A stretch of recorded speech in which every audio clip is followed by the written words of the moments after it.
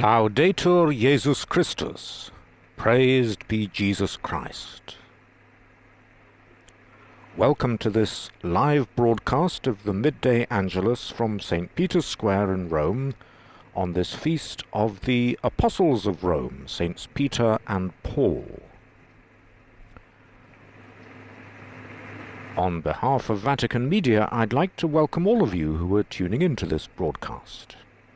Some of you may be joining us through the various Vatican Media channels, perhaps the Vatican News web portal, live events app, our Facebook live feed or YouTube channel. Welcome to all of you who are joining through the television stations that are carrying this broadcast.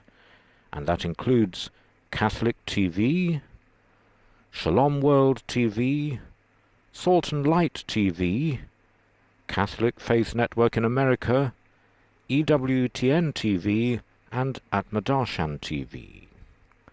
And to all of you who are tuning in through the radio, welcome.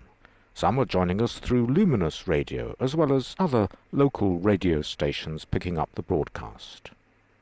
And still others are joining us through various digital platforms. We have some joining us through the Diocese of Antipolo. Welcome to all of you, and thank you for joining us on this occasion. I'm Father Philip, and I'm here to provide the English language translation of the Holy Father's words during his Angelus address on this great feast day.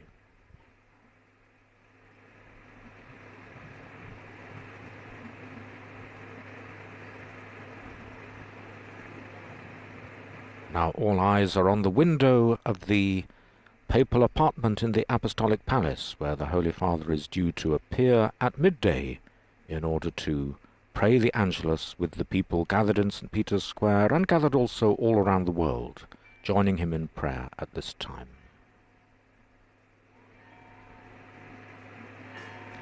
Now the curtains are drawing aside, and the Holy Father is approaching the window.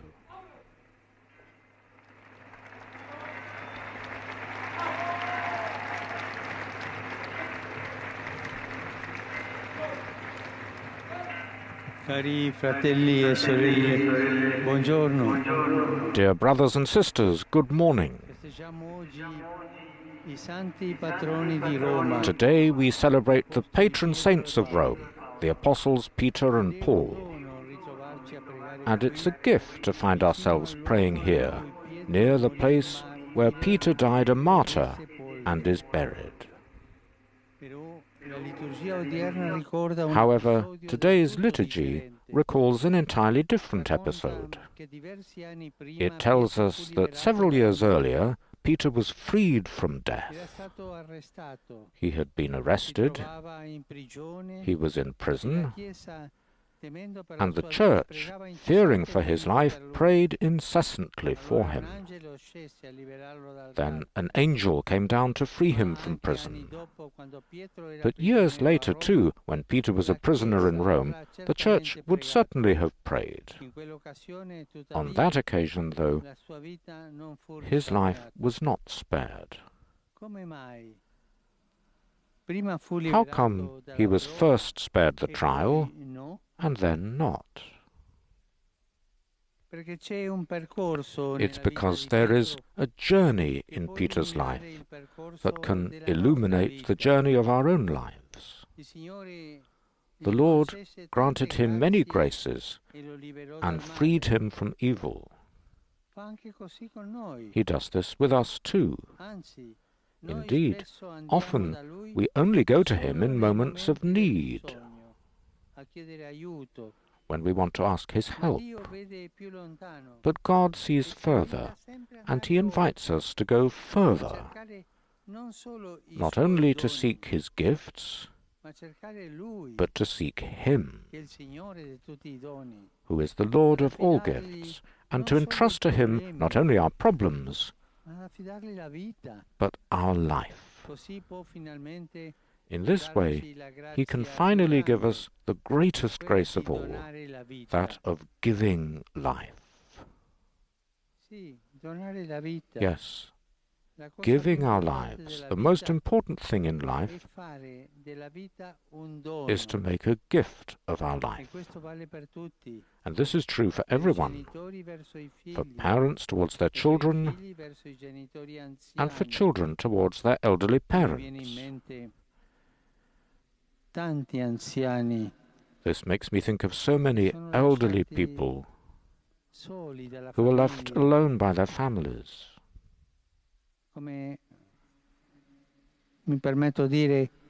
If you'll allow me to say, almost as if they were something to be thrown away. And this is one of the dramas of our days, the loneliness of the elderly. And the leave of children and grandchildren, they don't make a gift of their lives to the elderly. Making a gift of one's life for those who are married and for those who are consecrated. It's true everywhere, at home and at work, towards everyone who's close to us. God wants to make us grow in giving. Only in this way can we become great. We grow if we give ourselves to others. Let's look at St. Peter. He became a hero not because he was freed from prison. He became a hero because he gave his life here. His gift transformed a place of execution into the beautiful place of hope in which we find ourselves gathered today. This is what we ask of God, not just the grace of the moment, but the grace of life. Today's Gospel shows us the very dialogue that changes Peter's life. He hears Jesus ask him, "Who do you say I am?" And he answers, "You are the Messiah, the Son of the living God." And Jesus continues, "Blessed are you, Simon, son of Jonah." Jesus says, blessed, that is literally happy. You are happy because you said this. We note, Jesus says, you are blessed to Peter, who had said to him, "You are the living God." So what is the secret of a blessed and happy life? What's the secret of a happy life?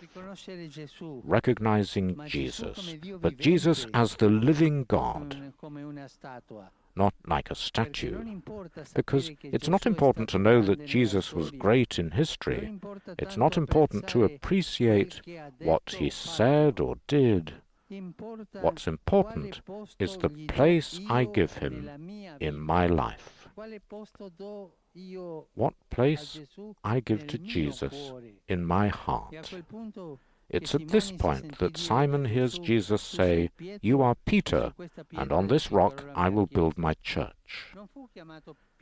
He wasn't called Peter Rock because he was solid and trustworthy. No, he made many mistakes. He wasn't all that reliable. He's going to make so many mistakes. He even reached the point of denying the Master. But he chose to build his life on Jesus, the rock. Not, as the text says, on flesh and blood, that is, on himself, on his own capacities, but on Jesus. And Jesus is the rock. Jesus is the rock on which Simon became Peter. We can say the same thing about the Apostle Paul, that he gave his life totally for the gospel, considering all the rest as something that was mere rubbish, so that he could gain Christ. Today, as we stand before the apostles, we can ask ourselves, how do I plan my life? Do I only think of my needs of the moment? Or do I believe that my real need is Jesus, who makes me into a gift? And how do I build my life? On my own capacities or on the living God? May Our Lady, who entrusted everything to God, help us to put him at the base of every day.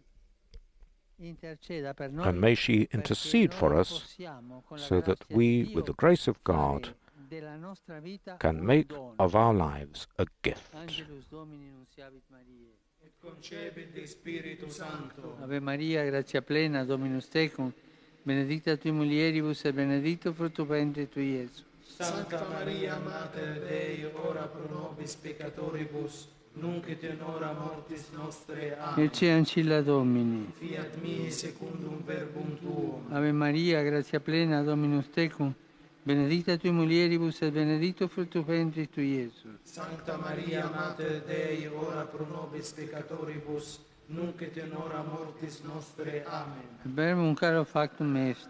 Et habitabit in nobis. Ave Maria, gratia plena, Dominus tecum, benedicta tui mulieribus et benedictus fructus ventris tui, Iesus. Sancta Maria, Mater Dei, ora pro nobis peccatoribus, nunc et in hora mortis nostre. Amen. Ora pro nobis, Santa Dei Genitris. Et digni efficiamur promissionibus Christi.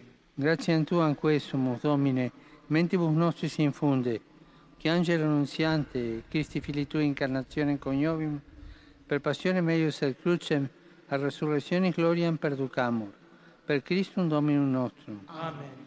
Gloria Patri et Filio et Spiritui Sancto. Sic ut erat in principio et nunc et semper et in saecula saeculorum. Amen. Gloria Patri et Filio et Spiritui Sancto. Sic ut erat in principio et nunc et semper et in saecula saeculorum. Amen. Gloria Patri et Filio et Spiritui Sancto. Sic ut erat in principio et nunc et semper et in saecula saeculorum. Amen. Pro fidelibus defuntis, requiem aeternam dona eis Domine. Et lux perpetua lucita eis. Requiescant in pace. Amen. Sit nomen Domini benedictum. Ex hoc nunc et usque in saeculum. Aiutorium nostrum in nomine Domini. Qui fece caelum et terram. Benedicat vos, omnipotens Deus, Pater, et Filius, et Spiritus Sanctus. Amen.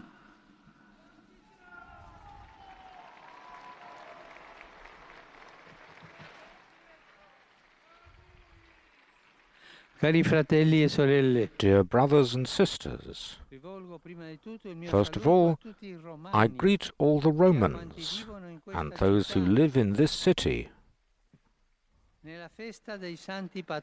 the feast of the patron saints, the apostles Peter and Paul. By their intercession, I pray that in Rome every person may live with dignity and may encounter the joyful witness of the gospel. On this occasion, it is traditional for a delegation from the Ecumenical Patriarchate of Constantinople to come to Rome, but this year it hasn't been possible because of the pandemic. Therefore, I spiritually embrace my dear brother, the Patriarch Bartholomew, in the hope that our reciprocal visits may resume as soon as possible.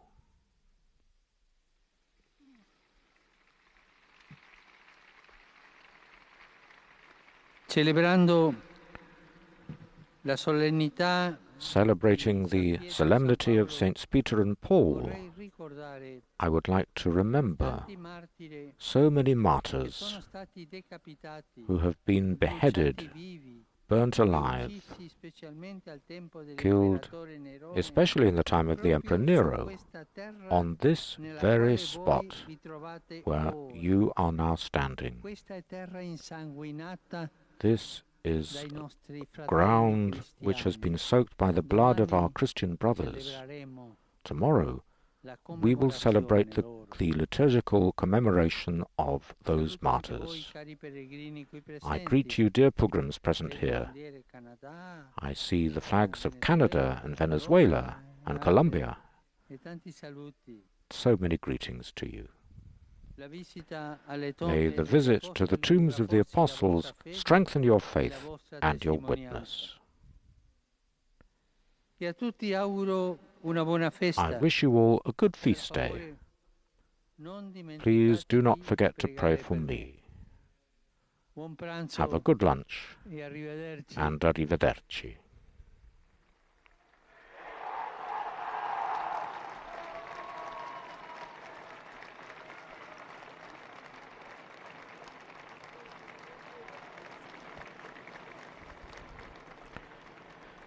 This ends the live broadcast of the midday recitation of the Angelus with Pope Francis and with the faithful gathered here in St. Peter's Square on the feast of the Apostles Peter and Paul.